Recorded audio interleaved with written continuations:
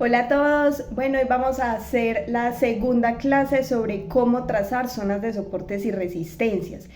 Vamos a hacer primero una corta recapitulación sobre la clase anterior de qué son soportes y resistencias. Y en esta clase nos vamos a enfocar principalmente a identificar en el gráfico cómo trazar estas zonas, porque son zonas, no líneas. Mucha atención a eso, y cómo encontrar también puntos de oportunidad tras haber trazado las zonas de soportes y resistencias. Entonces vamos a empezar.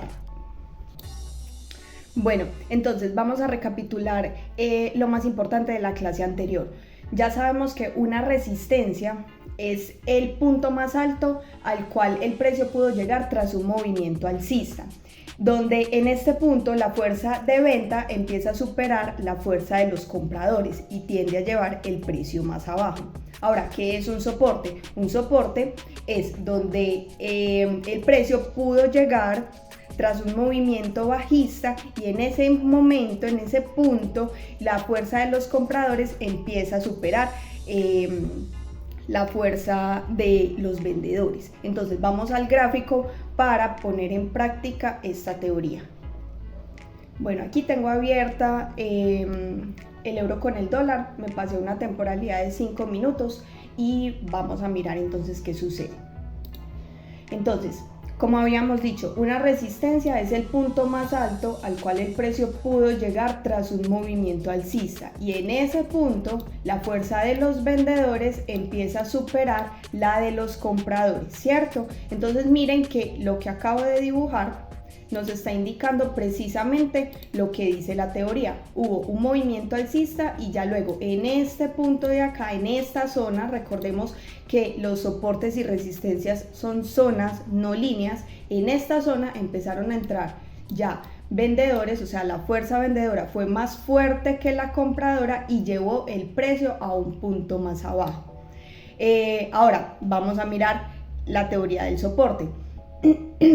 Es donde la fuerza vendedora se ve detenida por la fuerza compradora y en ese punto el precio no logra bajar más. Entonces miren que aquí hubo un movimiento bajista y justo en esta zona se activaron compradores de forma muy débil, pero en ese punto no logró superar los vendedores la fuerza de los compradores.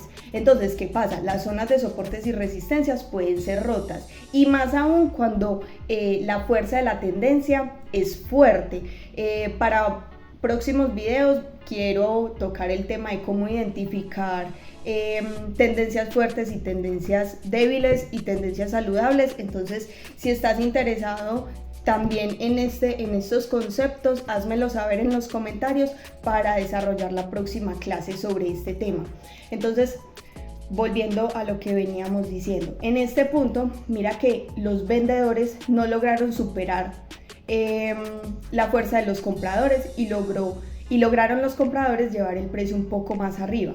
Pero aún así, como el precio llevaba fuerza, logra romper el soporte, hacer un punto más bajo, llegar a un nivel más bajo, vuelven y se activan compradores y ya esto que era un soporte ya se ha vuelto una resistencia. Miren que aquí la fuerza compradora no superó la vendedora en esta zona y ya vuelven y entran los vendedores. Ahí es donde nosotros clasificamos una zona de soportes y resistencias como una zona fuerte, porque inicialmente comienza siendo, en este caso, un soporte y ya luego se puede utilizar como una resistencia. Este término se conoce como un cambio de polaridad. Ustedes han visto en otros videos míos que yo toco mucho ese tema y utilizo esas zonas como punto de oportunidad, porque ya ahí nos indica que la zona es fuerte, porque tuvo dos toques, un toque, dos toques, donde primero fue soporte, luego se convierte en resistencia. Entonces, si el precio vuelve a tantear esa zona, muy probablemente, no es seguro, pero probablemente la puede volver a respetar. Miren que en este punto vuelve y se forma un soporte, la fuerza de los vendedores es detenida por la de los compradores y justo llega y nos para a la zona de cambio de polaridad que ya identificamos previamente. Y miren que vuelven y se activan los vendedores. Entonces vámonos un poquito más adelante en el gráfico para mirar cómo más adelante el precio sigue respetando o no definitivamente esa zona.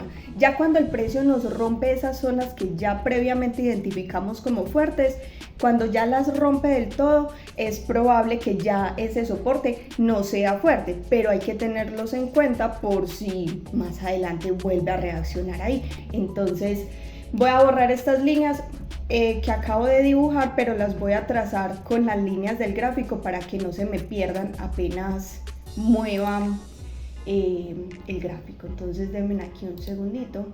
Habíamos identificado esta zona,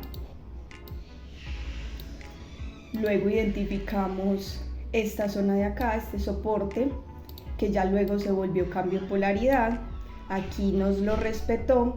Vamos a identificar también, vamos a trazar esta zonita, que también aquí es donde el precio no pudo, los vendedores no pudieron dominar. Y ahora sí, vámonos más adelante en el gráfico para ver qué otras reacciones tuvo el precio. Entonces voy a trazar una línea vertical para que nos demos cuenta desde qué punto va a seguir reaccionando el precio a esas zonas. Entonces esta línea vertical, hagamos de cuenta que hasta ahí estábamos mirando y ya estamos esperando a que el precio se vaya desarrollando. Entonces vamos a adelantarnos a ver qué sucede. Vamos a alejar un poquito y bueno, miren lo que sucedió después de los niveles que trazamos. Entonces mira, en toda esta zona los vendedores no pudieron dominar más y se activaron compradores con fuerza. Miren que aquí hubo cierta indecisión, pero luego se activan compradores con bastante fuerza.